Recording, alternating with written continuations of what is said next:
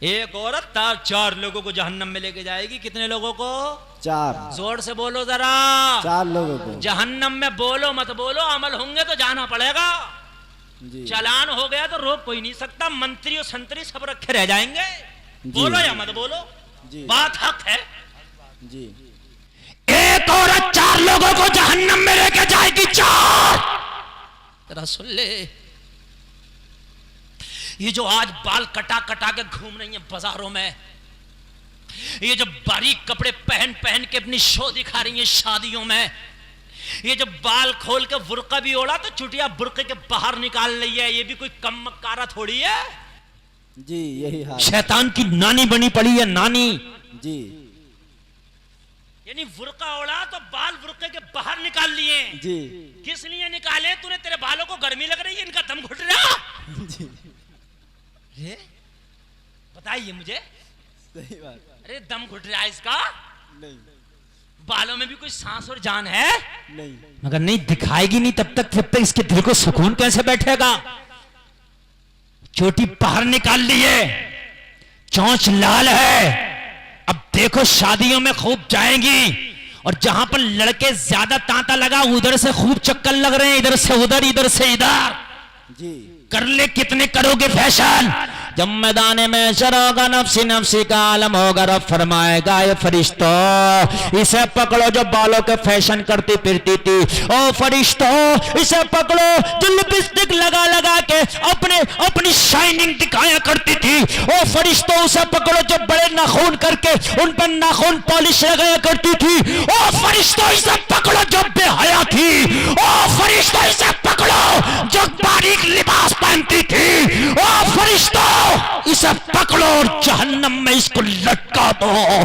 फरिश्ते खींच के लेके जा रहे होंगे, जरा गौर करो, चीख रही होगी।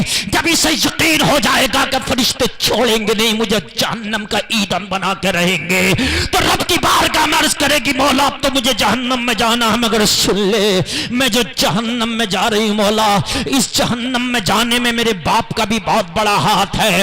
ए मौला जब मैंने होश संभाला था, ए मौला जब बचपने से जवानी की दहलीज पर कदम रखा था, ए मेरे परवरदिगार जब मैं होशियार हुई थी, सिन्ने बुलूगत को पहुंची थी मौला, ए मौला जब मैंने होश संभाला था, ए मौला जब मैं जवान होने लगी थी तो अपने बाप से बहुत डरती थी। मेरा बाप घर में आ जाता था तो मैं चुप जाया करती थी, मगर मेरे मौला जब मैंने जवानी की दहलीज पर कदम रख के फैशन करना शुरू किया तो मेरे बाप ने मुझे मना नहीं किया था। जब मैं बाजारों में फैशन करके जाती थी तो मेरा बाप अगर रोकता तो मौला मैं जरूर रुक जाती। ए मौला जब मैं बारीक लिबास और चुस्त लिबास पहन कर शादियों में जाके फैशन दिखाया करती थी, इतराती फिरती थी, तो मेरा बाप भी खुश होता था, मेरी बेटी इतरा रही है, बड़ा अच्छा लिबास पहन रही है। अगर मौला अगर मेरा बाप मुझे डांट देता, अगर मेरा बाप मुझे तबलीग कर देता, अगर मेरा बाप मुझे समझा देता, तो मौला मैं कहती हूँ कसम खा के कि मैं कभी ये फैशन ना करती, कभी जिस्म की नुमाइश ना करती, कभी दुनिया के मेकअप करके बाजारों में ना घूमती। खतावार कसूरवार कहीं मेरा बाप भी है, इसलिए कि इसकी मेरे ऊपर चलती थी, मैं इससे डरती थी। रब फरमाएगा फरिश्तों इसके बाप को भी इसके साथ में घसीट कर जहन्नम में ले जाओ। अल्लाहु अकबर। कान खोल के सुने वो बाप जो सोचते हैं अभी तो मेरी बच्ची है। शरीयत कहती है 9 साल की बच्ची जब हो गई ना तो उस पर अहकाम शरा लागू हो गए, मुकम्मल तरीके से नजर रखना शुरू कर दे। कैसा लिबास पहन रही है तेरी बच्ची, क्या कर रही है, ये कोई और नहीं करेगा, तू ही करेगा। जी। नमाजें पढ़ते थे अब्बा जी, हज भी करके आए थे, मगर काम नहीं आई नमाजें, अब हज भी काम नहीं आया। क्यों? इसलिए कि बेटी का फैशन ले डूबा हाजी जी को। जी। समझ रहे हैं कि नहीं समझ रहे हैं? ले डूबा। मेरे लाल हंसने की बात नहीं है, बात समझने की है। अगर मेरे घर में भी ये हाल होगा तो मुझे भी ले डूबेगा। जी। वो तो किसी का भी हाल हो, कोई ये सोचे कि मौलवी मौलाना बच जाएंगे, जिसके घर का हाल ही होगा उन्हें ले डूबेगा। जी। जी। अर्ज करेगी मौला मेरा बाप तो था ही था, लेकिन मौला जब मैं जवान हो गई थी, फुल शबाब में आई थी, ए मौला मेरी जवानी के चर्चे मेरे खानदान में मेरी बस्ती में होते थे। ए मौला जब मुकम्मल तरीके से मेरे ऊपर जवानी आ गई थी तो मेरा बाप बूढ़ा हो गया था, अब्बा से नहीं डरती थी, मेरे बाप से तो अपना आपा भी नहीं संभलता था, मगर मेरा ये जो भाई है मौला ये जवान हो गया था, इसका बड़ा दबदबा था घर में। जब ये घर के अंदर दाखिल होता था तो अम्मा भी इसकी वजह से चुप जाती थी, मेरे अब्बा बुढ़ापे में जो बोलते थे वो भी चुप जाते थे। भाई का घर में कंट्रोल था, भाई का घर में दबदबा था मौला, मैं भी इस भाई से बड़ा डरती थी। अगर उसी वक्त इस भाई ने मुझे डांट कर रोक दिया होता तो शायद ये फैशन में बंद कर देती, जिस्म की नुमाइश बंद कर देती, मैं महफिलों में जाना और अपने बाल खोल के दिखाना बंद कर देती, मगर मेरे इस जालिम भाई ने भी मौला मुझे न रोका, ये भी फख्र करता था मेरी बेपर्दगियों पर, ये भी मुझे ढील दे दिया था, छूट दे दिया था। ए मौला कहीं मेरे भाई का भी हाथ है, रब फरमाएगा फरिश्ता इसके भाई को भी घसीट कर जहन्नम में ले जाओ। अल्लाह अल्लाह यही है। कितने हो गए?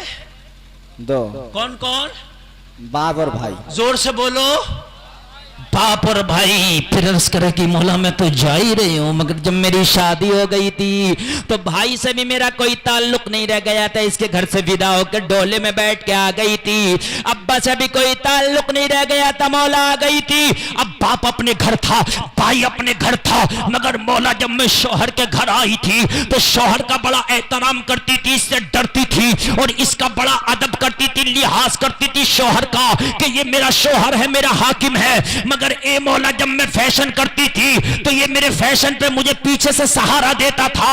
ए मौला मेरे फैशन की बड़ी बड़ी किटें तो इसी ने लाके दी थी, शौहर भी यहां से बौखला गए हैं। तुमने देखा होगा कि इंडिया की किटें नहीं अब दुबई से किटें ला के दे रहे जी। मौला यही तो मुझे मोटरसाइकिल पे बिठा बिठा के मेलों में लेके जाता था, मौला बाजारों में तो यही लेके जाता था मुझे।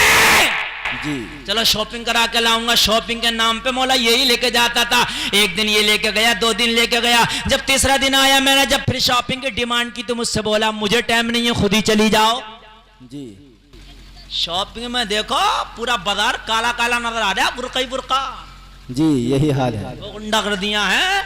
कुछ बाजारें तो ऐसी हैं कि औरतों को वो दबदबा उन बाजारों में कि मर्द जाते हुए डरता। जी समझ रहे हैं आप? शॉपिंग चल रही है, कहां गया ये शौहर? खूब ढील दे दिया है इसने, शॉपिंग कराने भेज रहा। बाजारों में कान खोल के सुन ले, कहेगी मौला इसका फुल हाथ था बिगाड़ने में, मेरी बेपर्दगी कराने में। मोटरसाइकिल पे रख के दैया की तरह घूमता फिरता था मेलो टेलो बाजारों में। रब फरमाएगा फरिश्ता इसके शौहर को भी घसीट के जहन्नम में ले जा। अल्लाह अल्लाह। कितने हो गए? 3। अब फिर कहेगी मौला जब मैं बूढ़ी हो गई थी, मेरी आदत जवानियों वाली थी,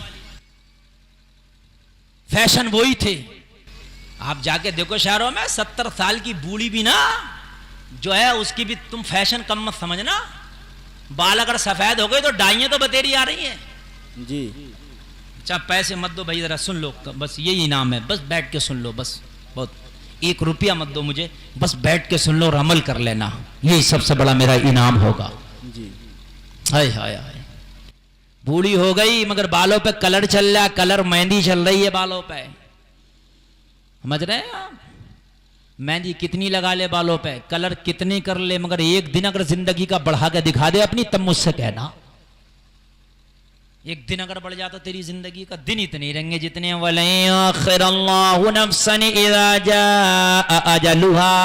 रब फरमाता कि जब मौत आएगी तो एक सांस की भी मोहलत नहीं दी जाएगी।